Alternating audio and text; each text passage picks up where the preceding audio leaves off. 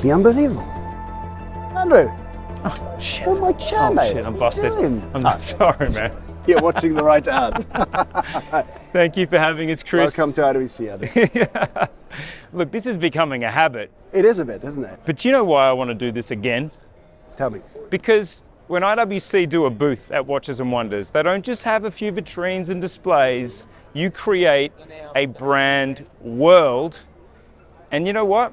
Compared to last year's tiny home concept with the shipping containers and the Pantones, I want to live in this world. Where are we, Chris? Where are we in time? Well, we are in time, of course, in the 1970s. We are here in our Formentechnik engineering lab, and we're taking our guests and visitors back to that era when design suddenly became disruptively forward-looking, space age-inspired, optimistic, new materials, new possibilities.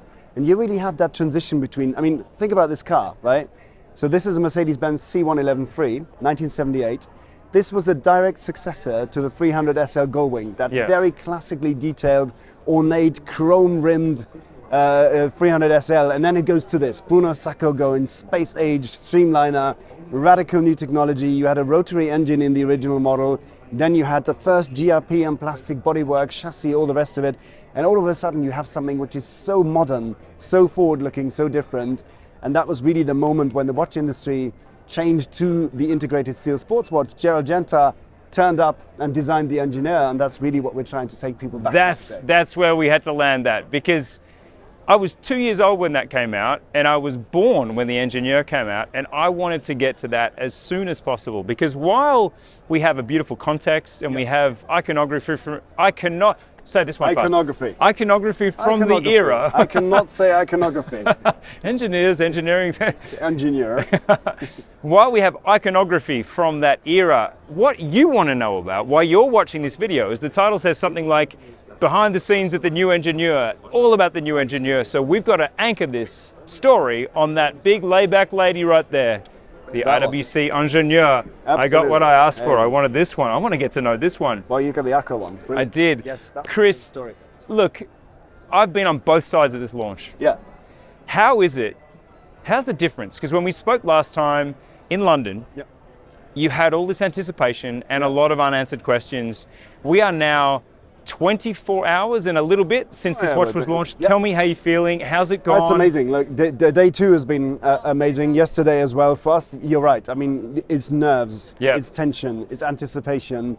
And then we have that 8:30 embargo, so you get all the content ready. Is the website ready? Then you have this last minute panic of, oh my God, is the website ready? And all the rest of it, right?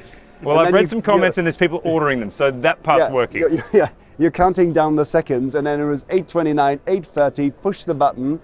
And then there is this moment when the first watch appears in my feed. Yes. And yesterday was really, really interesting because there was Nicolas Lanoux, there's Nico's Time Travel on Instagram, and myself.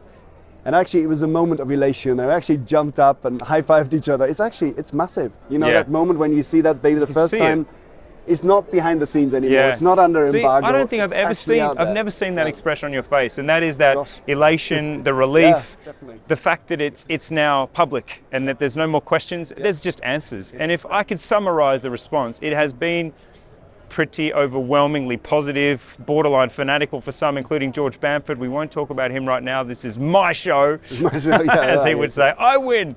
It has been, I would say, received in a way that honors the amount of time that went into your consideration of every detail. And look, that is the message as well that we can get across, as well as the fact that you are such a detail-oriented person. Marcus, do a little sweep of this place. There is so many details that Chris Grainger-Herr, I was going to say fusses about, can I say that? Obsesses about, is fastidious. Point to me about some details here that bring the Ingenieur to life, because to me that's a small way of going into the way that you did this on the watch, but even in this space. So the first thing we try to do is give an overall ambience of this kind of design lab, engineering studio, art gallery, science museum type of look and feel. And it's a single perspective booth. When you come in, you have the massive watch, you have the setup with the big light box in the car. Here. It's flat and wide. Exactly. It's not vertical, it's fully horizontal. So we're trying to have that streamlined line effect, the long uninterrupted lines. And then we're putting in some objects really that explain both the engineering angle, the history angle, and then the lifestyle angle of the time. So we're referring here quite a lot to Dieter Rams. We have the FS80 television set, we have Dieter Rams stereo system, we have Brown loudspeakers. He was the one who was the industrial design lead at Brown back in the 1970s and 80s. He really inspired the modern iPod. He inspired the calculator. Still in every single iPhone you have Dieter Rams' calculator in the app. And then of course to bring in Bruno Sacco, another visionary who created the C111, just as the type of designers of that era who changed absolutely everything. And what I always love is when we have a concept like this one, then the team springs into action and we get some really nice surprises. So the teaser campaign that showed the watches and wonders. I love this campaign. From the music to the aesthetic to the playful, the gentleman's choice. That launch campaign was actually fully generated in AI. So we used Midjourney, and actually this Genta around the world, where you can see the date in all different cities in the world, was the first actual application of AI. We have Genta Spirit, the AI chatbot. So this is GPT-4 combined with Shall we do it? Image AI. This basically is a facial AI combined with all of our archives and everything that we have in terms of knowledge about the Ingenieur and the knowledge ChatGPT in the background. And you can basically ask it anything you want and you get a Genta-like, Spirit of Genta answer to this. Then you already saw the TV commercial. So the team went away. They surprised me with this last minute. It came on Sunday. That is kind of creepy. It looks like we Joe Rogan. We had the TV commercial that is like a really, really retro feeling TV commercial illustrating how the Genta would have been done in the 1970s. And then of course the ads, you alluded to it. You created magazine rip-out retro ads showing the new product as it would have been texted in the 1970s. Can I quickly stop you there? Sure. I so want to do a whole episode with you about the way that IWC is going to work in AI to your process, because we had a conversation at dinner. This needs a 40 minutes on its own because you are actually integrating a process where you will look at design variations created by a ChatGPT type thing. Absolutely. Amazing. But it's got to be for another day because we've got a lot to get to here and then we've got to get back to the watch quickly. Absolutely. So, Genta, we were very lucky to actually rediscover the original Gerald Genta design drawing. This didn't exist before. We found it in our archive. We had it verified and certified by Evelyn Genta and the Genta Foundation, and we now actually were able to give this back into the history archives to say, look, this was the original design sketch that Genta did. And then we're presenting now 3 stainless steel models, 1 titanium model of the Genta Design Engineer. Stainless steel, 40 millimeters, anti-magnetic, 40,000 ampere meters, 100 meter waterproof, genuine 3-piece case construction with a screw-in bezel, but a perfect alignment of the 12 o'clock bore hole, which wasn't possible before, and all done with this beautifully integrated stainless steel bracelet that has the right amount of gapping, that has the right amount of ergonomics to really flow comfortably. Why did you stop there? Was there any consideration or discussion around, because obviously the Ingenieur was from the same decade as Genta's great highlights. Why did you consider that a watch for modern times could be potentially fully polished, and that we go to a level where this becomes comparable to, you know, for example, the Royal Oak, the Nautilus, that have even more polishing than this one. This one is obviously greatly accentuated by the extra polishing finishes, but did you consider going all the way?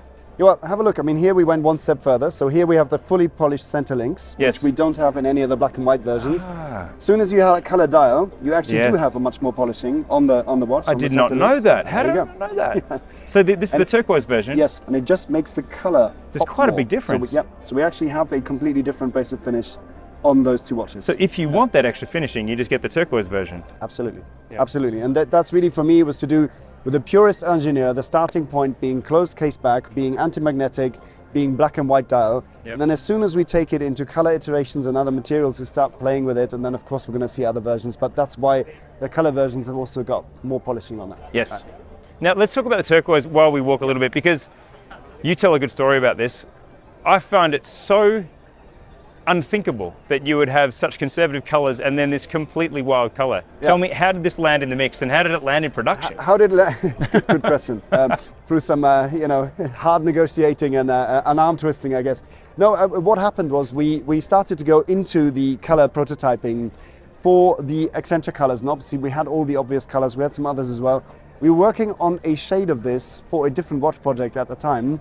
And we got one prototype that I really liked. Was it related to that teal Mercedes model? It may have been. May have been. So, how did you know? I just picked it. So what we did then, I had at the time a prototype bracelet which was hard polished on one side and completely matte on the other side. And they put this dial in for me, and I was wearing it for half a day and I wouldn't take it back off again.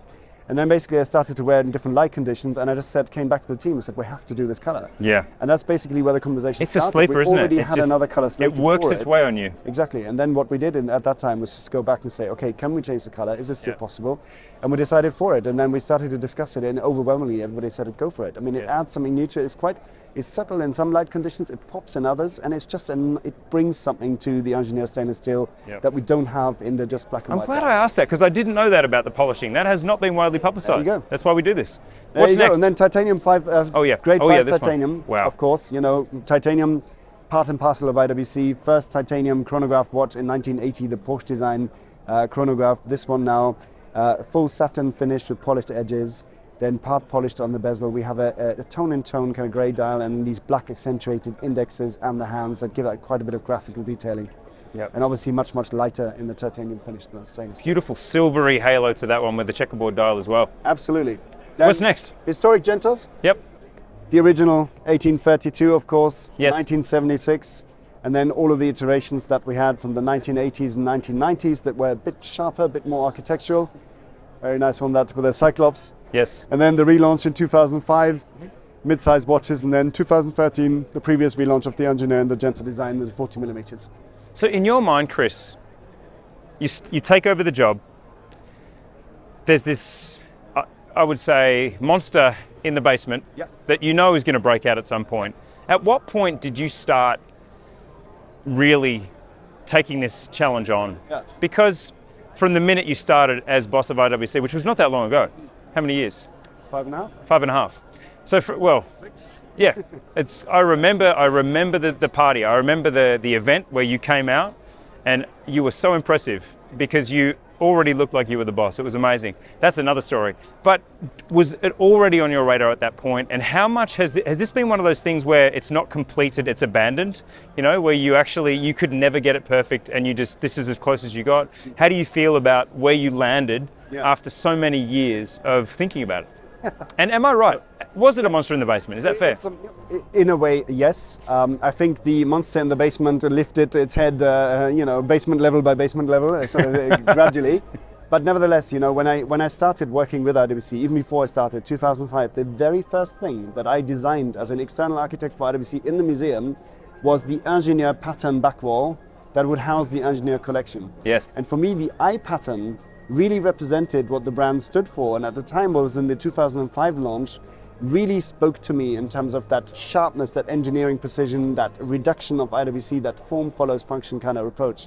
And at the time I submitted that, and they said, no, you can't do the whole museum like this because it's only the Ingenieur line, it's not the rest of the brand. And I was like, hang on a minute. Yeah, so it's a motif. Exactly, so it started really, really early on.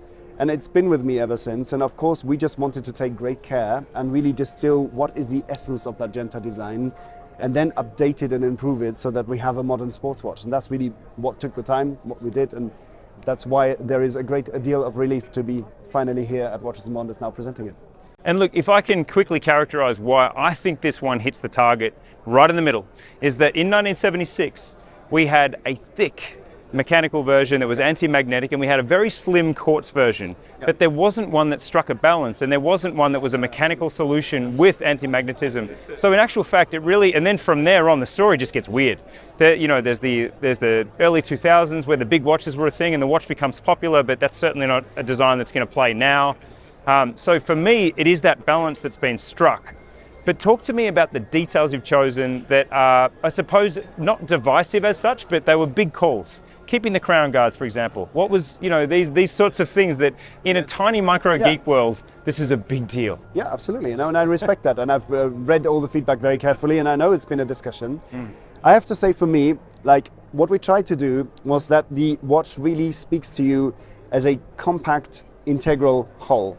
And when I took the crown guard off, my feeling was that the crown started to look like not an afterthought, but sort of stuck on. Extruded, yeah. And actually, when we put the subtle crown guard back on, it just closed that shape, and it brought that flow of the watch. And to me, no matter whether we look at Dieter Rams' designs or we look at our beautiful streamliner there are designs that flow. When you look at our displays, we're trying to go from the metal to the metal. Right here. Look at the way that the ergonomics of this car, there's no protruding or extruding part. So it really becomes something that is aerodynamically designed and that is a closed shape. Yeah. And for that, I think the crown guards just helped me to see that as one silhouette. Yes. And I totally respect everybody's feedback, but I have to say, honestly, from my perspective, the watch is just nicer with the crown guard on, with the crown guard off. But look, I just think you can never please people that don't want a progression from the original. They just it was made perfectly, then do it again. It's just not. There's no tip of the hat to the fact that we're, how many years later? 46 years later, because I'm 46. And to make that point, look at the way this crown on the original protrudes from the case. It really does, in terms of the symmetry and the flow of that case shape. It really. And this was also you can see Chris's probably point. a flatter crown. I think this one would even protrude a little bit more now. Yes. The modern crown would actually stick out a bit more. What else is there to see in this amazing place? So this entire center table here is dedicated just to all of the different features of the Ingenieur. Yep. And then over here, we are actually bringing some of our lab equipment from Schaffhausen. Wow. Because what I like to see is that our Back to the Future sort of lab, ladies and gentlemen. Where should we go? Which decade? Let's go. Constructing a lot of their lab testing equipment themselves. So this is a magnet testing facility, 100,000 ampere meters, that can also demagnetize the watches afterwards. So you don't need two steps anymore. You do the magnet testing, you demagnetize in the same step, you're done. This one here is one I very much like. If you look into there at a low level, this is one that actually simulates 10 years worth of movement wear in very rapid succession. So you have the watches being wound, and then you have a little lever actually unwinding and moving the hands at a very high speed, simulating actually 10 years of wear, of abrasion, of everything that happens in a movement. Hey Chris, you've got this amazing machine. I have a simpler way to achieve the same effect. Have lots of children. Yes. It actually is the same result. That's very true. And then you see here, every time the light comes on, a picture is being taken. And what is quite funky is actually when you see at the transmission, the transmission between the crown and the motor, there's actually cardanic Lego Technic parts in there. Because again, you experiment. You mean actual Lego? Actual Lego. So you see it here on the side. If you look down the side, the grey bit, that's a typical cardanic Lego Technic joint. People are experimenting with all sorts of different specialist equipment. And somebody came in and said, you know what, the only thing that's not going to fail us is Lego. They said, yeah, it's not going to last. And guess what? Wow. It works. That's amazing. It works beautifully. This one as well, I mean, water pressure testing is absolute standard, but inside, our ladies and gentlemen have actually generated a little robot facility there that can pull the crown and operate the crown and push the pushers in 10-bar environments. So we actually pressurize the watch case there, the Lake Tahoe, to 100 meters, and then we actually can test the watches to the limit. What happens when you manipulate the crown underwater, pull the crown, push the pushers 3,000 times underwater in 100 meters, what happens? So that is one of those. And so then finally, short story, TLDR, if you buy an IWC chronograph that has water resistance, you're going to get that water resistance. You're going to get that. You can do all kinds of stop-start mechanisms. 2,000 meters I wouldn't test, but everything else. Haven't been there lately. And then another little side product. So this is, again, a team in Schaffhausen that's been actually, as part of an innovation challenge, came up with the original Cyberloop. And the original Cyberloop was simply a camera-enabled watchmaker's magnifying glass you could wear and stream the image the watchmaker sees. But this has taken on a life of its own. So there's been 1 year later the Cyberloop 2, which was already an augmented reality Cyberloop, where you could actually put information into your camera view for the watchmaker while they're working. We've much improved the ergonomics, the visual field of view. And then Cyberloop 3, which has got now two new patents on it, is actually now reduced to just 38 grams and can now auto-detect parts in a movement. The watchmaker there is wearing the 3rd generation Cyberloop, and you can see the fidelity of the image that you see on simple streaming, which means that remote diagnostics, remote watchmaking intervention has become much, much easier. And this 3rd generation now can also actually pull in data from our software systems and automatically Shazam recognize a part you're working on and give you the technical information and the installation information for that part you're dealing with. So this has really enabled us to have our watchmakers in Schaffhausen work with their colleagues globally much, much closer. And you can really remote surgery, the whole thing like you can do in medicine. And this is a side product, all designed and engineered by IWC. That's a complete new setup that we have in our high-end watchmaking area and the manufacturing center. Yep. So from the tool stations to the desk to everything you see here, this has all been designed This is extrapolated into your facility. Yes, for the facility, for all the high-end watchmakers. By the way, if you ever get a chance to visit the IWC manufacturer, unbelievable. The most beautifully designed, I mean, high concept architectural space I've ever seen in watchmaking. True story. Let's keep moving. Is there anything else here before we go? Yes, there's a couple of pilots here. Can't do a show without some pilots. Let's do some pilots. Gotta do some pilots. I feel like we're about to take off in a spaceship with this music.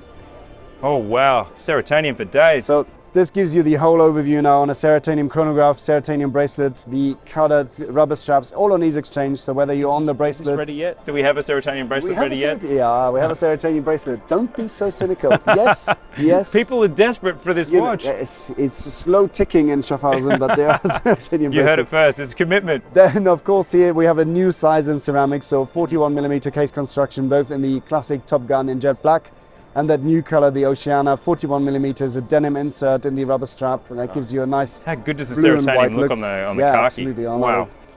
And then also here you have your ceramic colors, you have your Serotonin double chronograph. Are they still available, Chris? Because I'm not sure they are they? Well, with a bit of effort, those two, yes. These two? Yeah. Not this one? No, the Mojave was originally limited edition, but watch this space, there may be an addition to this family. Okay, so these two are available if you play your cards right. No, they're available, it just takes a little bit of time. Okay, be patient. They're available, yes. And then of course here in the 43 and 41mm in the green, we now have the 5N gold case in the 41 with the green combination, it's very nice. Yep. Whole new animation on Portuguese chronographs, just showing what will come in the campaign now this year. We're focusing on chronographs across the 3P lines.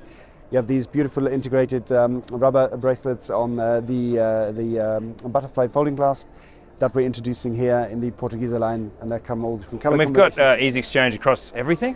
No, ease exchange is particular to the pilots. So okay, no not for the Portuguese. CAPSA system on the Portofino. Yep. And the integration, you can't do ease exchange on the integrated because you've got that bezel that is actually overlapping the case, so you can't actually lift the strap that way. And then finally, of course, Portofino 39, latest generation with our IWC manufactured 69 caliber open case back, also in the Portofino chronograph. It's beautiful white dial. That white is stunning. Yes, yeah. Absolutely. Absolutely. There we are. That's chronographs from IWC. Historical overview. Yep. And we're back to where we started. Chris, I've been dying to ask. I'm not a car guy, but this one has been... You're not a car guy? I'm not. Out. Sorry. So, I mean, there are limits. Sorry, I'm a guitar guy. It sounds like car. Let's walk over here because I'm not a car guy. I'm qualifying this, but this car... When I was 12 years old, Chris, this is the car I drew. I was a hopeless drawer. But this was the shape that I would draw. It would have a fin at the back. It would have this nose like this. It would have the wheel covers. How did you make my 12-year-old drawing come to life? Because absolutely, I relate to that as well. That would have been the type of car that I was drawing back in the day. And it would always be doing jumps over things. That's a Mercedes-Benz C111 free. This is actually the 42nd car in the C111s. That started from really a radical wedge-shaped sports car concept. And we have it here because it really describes that spirit of the era, because not only was design changing radically through the fact that it's all space age inspired and there were completely new influences, but it was also about new manufacturing methods and new materials. So the C111 was the first car that ever had a rotary engine, and it was the first car that used plastic and GRP in the bodywork and in the chassis. And this was the final one. This is the original car that did the record run at Nado, 12-hour stint, free drivers, average speed of 327.6 kilometers per hour, 9 world records. There you have it. Beautiful piece of engineering, one off in the world. Oh man, the 12-year-old me is freaking out that the thing I drew actually existed. Because honestly, I didn't get much good feedback on my car designs as a 12-year-old. Yeah. Chris, I think we've talked ourselves. I mean, I do want to look in there. I want to get in there, but that's not going to happen today, I don't think, because I may never get out. It's actually a very tight space, Marcus. But wow, what? And this is like this is some sort of exhaust or some sort of... No, that's the air intake. So it pulls in air from the grill at the front. It funnels the air directly into the engine compartment, and then have you all the active aero exits that actually give the car the downforce and the engine cooling that made it run for this amount of time. And look at the dash design. Look at the instrument cluster. Well, they actually bothered to do that. Usually they're just sort of sticking out. The Hyperscreen launched a couple of years ago in the EQ models was already there in an analog format back in the day. We're going to get a B-roll of that. Combined with an S-Class steering wheel, yeah. Because inside my 12-year-old drawing, there were lots of coloured buttons as well. Yes, absolutely. Yeah. It's a Darth Vader front panel. Exactly. The rocket launcher. There was all kinds of stuff in there. Right. Chris, I think it's time to head for the bar. It's time. I always love March of every year because the IWC booth is another world to explore. I thank you once again for giving me a tour, because let it be known, this is a Chris Grainger-Herr creation. If you have a quick sweep around the booths here, Marcus, just do a little spin. We see a lot of beige, we see a lot of white, we see a lot of off-white, we see a lot of bone, and we see a lot of booths that are conventional at their core, whereas year after year, IWC, explosion of imagination, that is all you. Not quite, but well, it is as well. Take the credit, take the credit. Okay. Let's have a drink. Credit taken. And thank you very much. Thank you so much. Good to see you. You Thank too. you.